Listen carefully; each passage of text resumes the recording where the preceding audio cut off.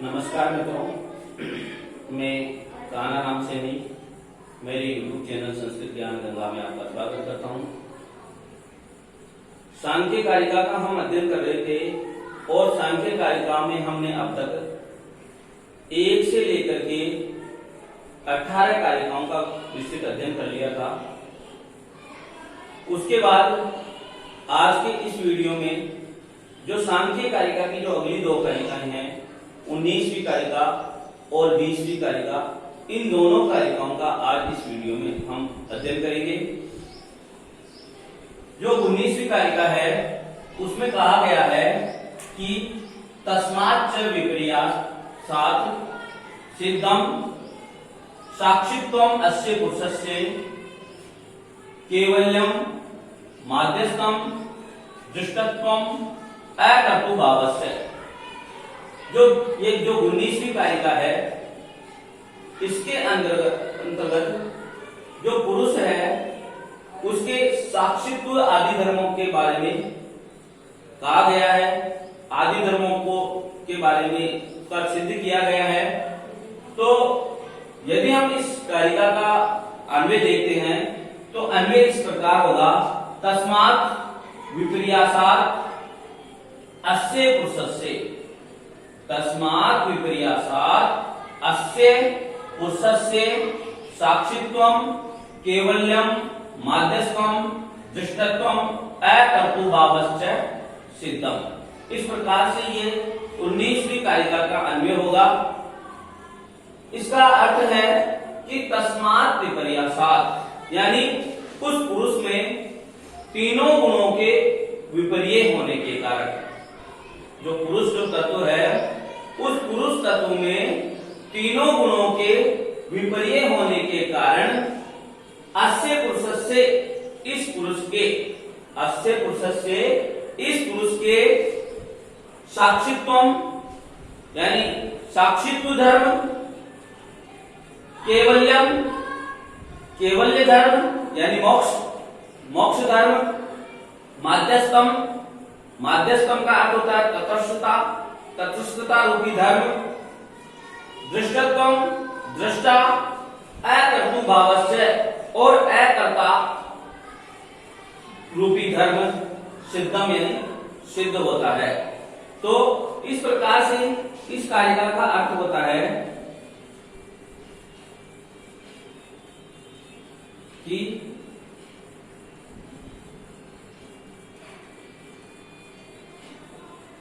इस प्रकार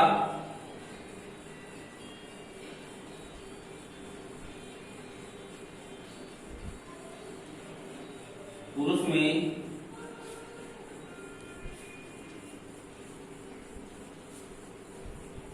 तीनों गुणों का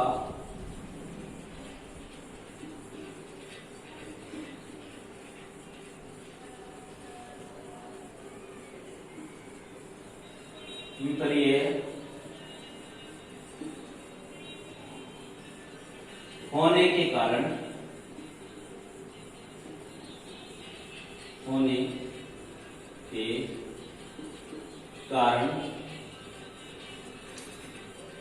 यह अर्थ हुआ तस्मात् च विपर्यासात्, यानी इस प्रकार जो पुरुष है, पूर्व की कारिका में हमने पढ़ा था कि पुरुष में त्रिगुणों का विपर्य है। तो इस कारण से तीनों गुणों का पुरुष में विपर्य होने के कारण अस्य पुरुषस्य, इस पुरुष के, इस पुरुष के साक्षित्व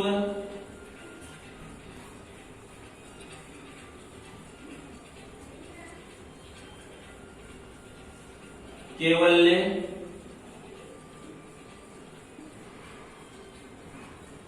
का अर्थ होता है मोक्ष,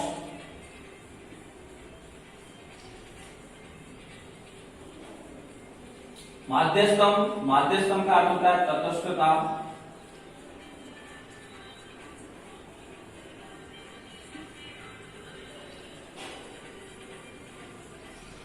दृष्टत्वम यानी दृष्टा, और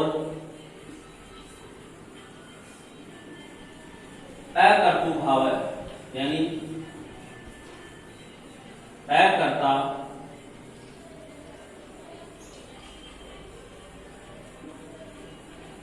भाव आदि गुण आदि धर्म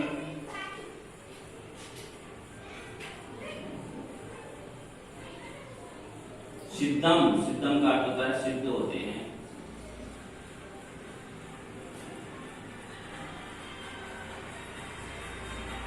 इस प्रकार से जो ये पुरुष तत्व था, इस पुरुष तत्व में तस्मात् विपर्यासात् यानी उन तीनों गुणों का विपर्य होने के कारण इस पुरुष में अस्य पुरुष से यानी इस पुरुष के साक्षित्व यानी साक्षित्व, केवल्यम यानी मोक्ष, माध्यस्थम यानी तटस्थता, दृष्टत्वम यानी दृष्टा, अकर्तृभावस्य यानी अकर्ता, ये धर्म सिद्धम यानी सिद्ध होते हैं। इस प्रकार ये 19वीं कारिका का अर्थ था। उसके बाद में 20वीं कारिका में कहा गया है कि तस्मात् तत् संयोगात् अचेतनम चेतनादिव लिंगम गुण कर्तृत्वे च तथा कृतेव भवत्युदासीन। इस प्रकार तस्मात् यानी इस प्रकार तत् संयोगात् यानी जो चेतन है, पुरुष चेतन है और व्यक्त तत्व अचेतन है।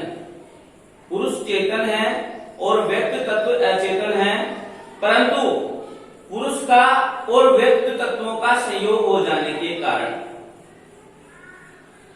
पुरुष चेतन है और व्यक्त तत्व अचेतन है, परंतु पुरुष का यानी चेतन का व्यक्त तत्वों यानी अचेतन से संयोग हो जाने के कारण जो अचेतन है वो भी चेतन के समान प्रतीत होते हैं। तस्मात् तत् संयोगात् यानी उस पुरुष के संयोग से, इस प्रकार तत् संयोगात् यानी उस पुरुष के संयोग से अचेतनम जो अचेतन जो तत्व है यानी जो व्यक्त आदि जो अचेतन तत्व है, चेतनादिव लिंगम उस चेतन के संयोग से चेतन के समान प्रतीत होते हैं, चेतन के समान हमें दिखाई देते हैं, चेतन के समान हमें आभास होता है। और उसी प्रकार उदासीन है, उदासीन का अर्थ होता है वो यहाँ उदासीन कौन है? पुरुष उदासीन है, पुरुष तटस्थ है। तो जो उदासीन है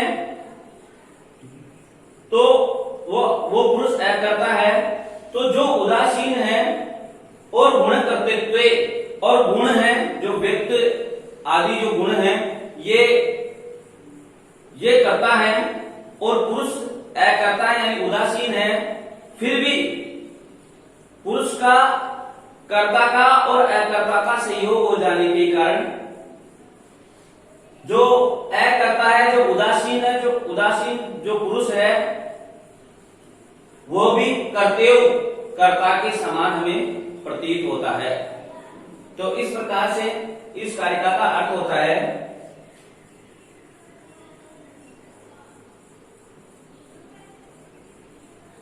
इस प्रकार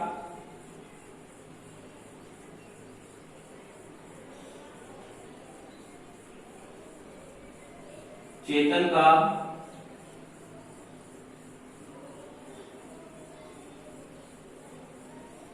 अर्थ यहाँ पुरुष है, पुरुष चेतन है, चेतन का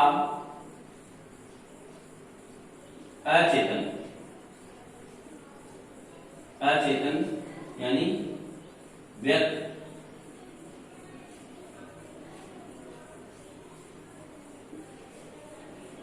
तत्वों को अचेतन कहा गया है।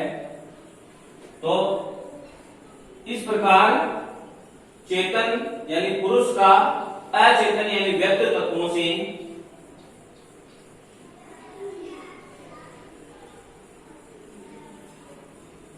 संयोग हो जाने के कारण जो अचेतन तत्व हैं, जो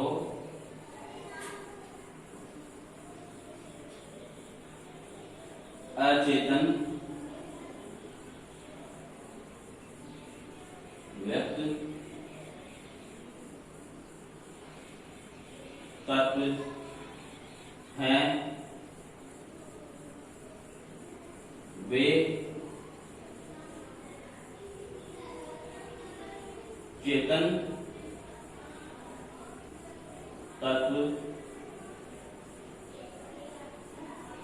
तत्व के समान हमें प्रतीत होते हैं। इस तालिका में जो ऊपर की लाइन है, तस्मात् तत्संयोगात् अचेतनम चेतनादि लिंगम, इसका अर्थ इतना हुआ कि इस प्रकार जो चेतन है पुरुष, उसका अचेतन यहाँ व्यक्त तत्व है, तो उनका संयोग होने, इन दोनों का संयोग हो जाने के कारण जो अचेतन जो तत्व है, जो व्यक्त तत्व अचेतन तत्व है, यह भी पुरुष के संयोग में आकर के चेतन के समान प्रतीत होते हैं, चेतन के समान हमें लगते हैं।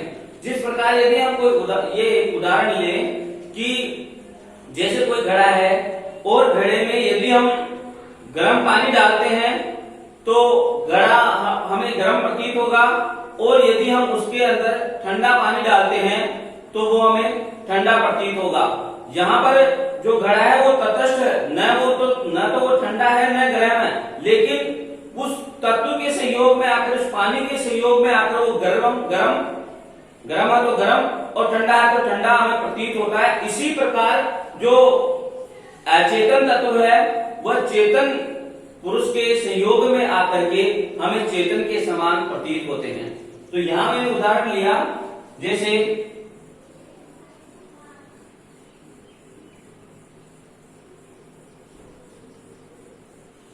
घड़े में गर्म पानी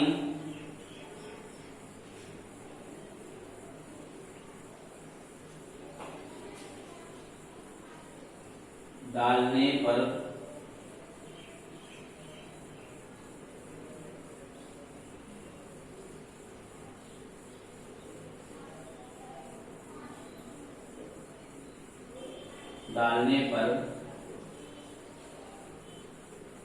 घड़ा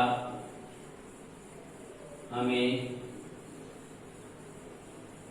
गर्म और ठंडा पानी डालने पर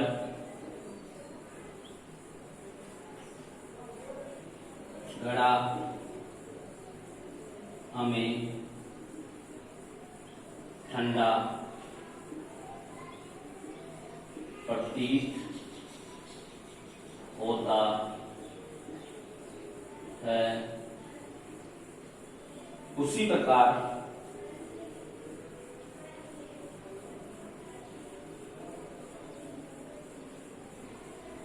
अचेतन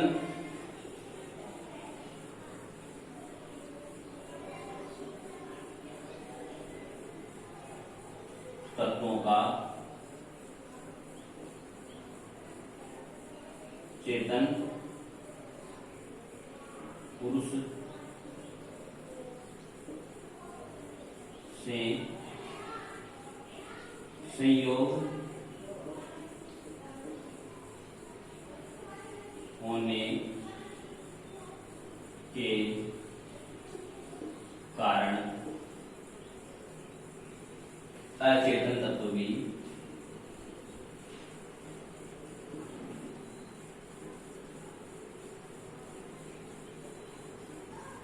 हमें चेतनादि यानी चेतन के समान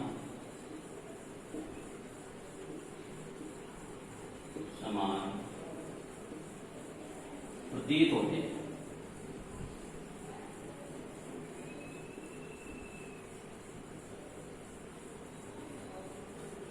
आगे नीचे लिखा हुआ है कि गुण कर्तव्ये च तथा कर्तव्यो भवत्यु उदासीन, यानी तथा यानी उसी प्रकार उदासीन है, जो उदासीन पुरुष है वह अकर्ता होते हुए भी गुणों के संयोग में आने के कारण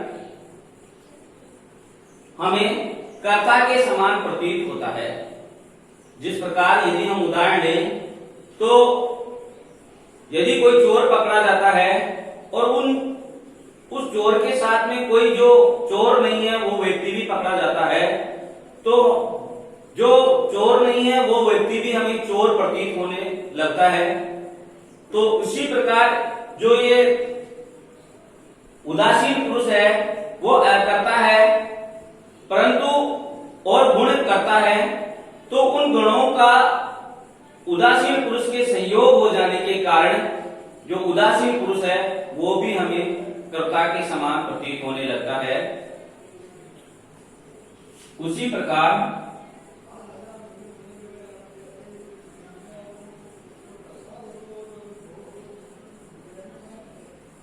उदासीन पुरुष अकर्ता का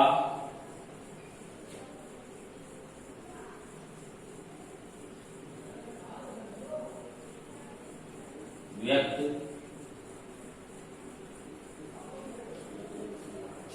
गुणों से, अकर्ता का गुणों से, अकर्ता का गुणों कर्ता से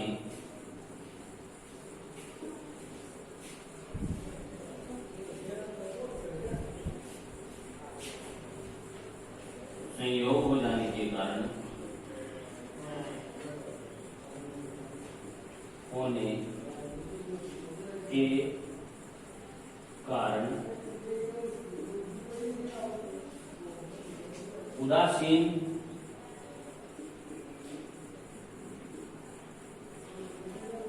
पुरुष भी हमें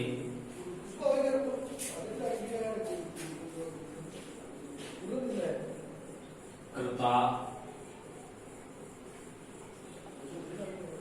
के समान प्रतीत